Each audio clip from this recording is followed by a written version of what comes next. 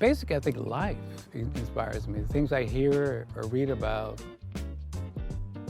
What I'm trying to do is basically get you to think about what's happening.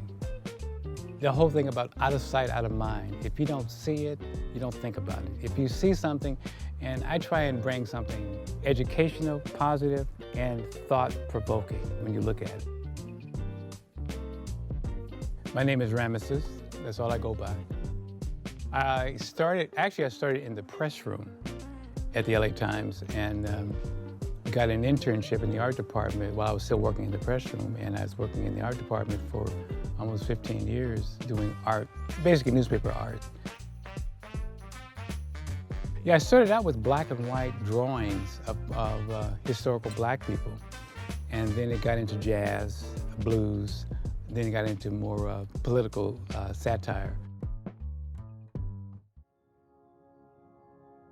Well, I was always doing other things other than just illustrating, so I got into stained glass because I went into some churches, and I kept asking, well, how come there's never any black folks on these windows in churches, you know?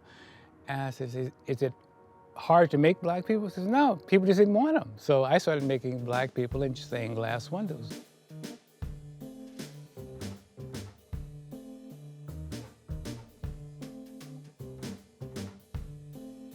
And then I started making jazz images in stained glass, and I got into mosaics.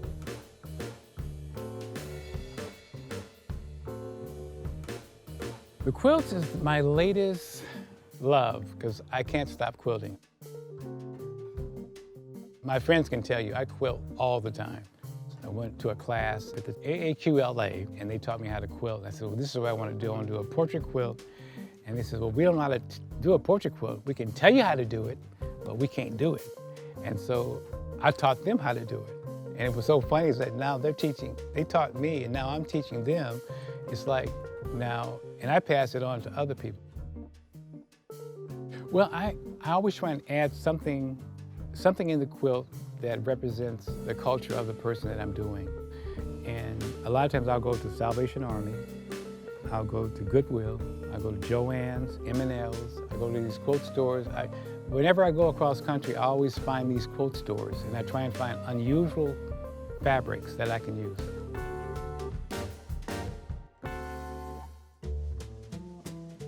I listen to a lot of music when I'm actually working on a particular piece, and one artist always inspires you to learn about somebody else.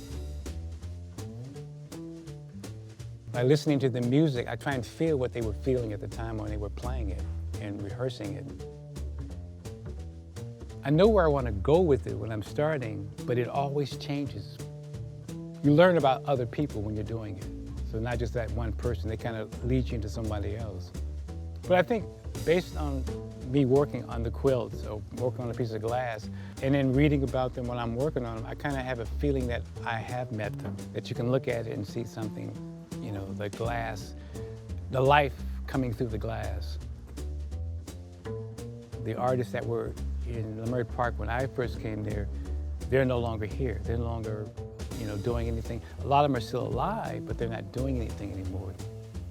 Always challenge yourself, basically. Never be afraid to try something new.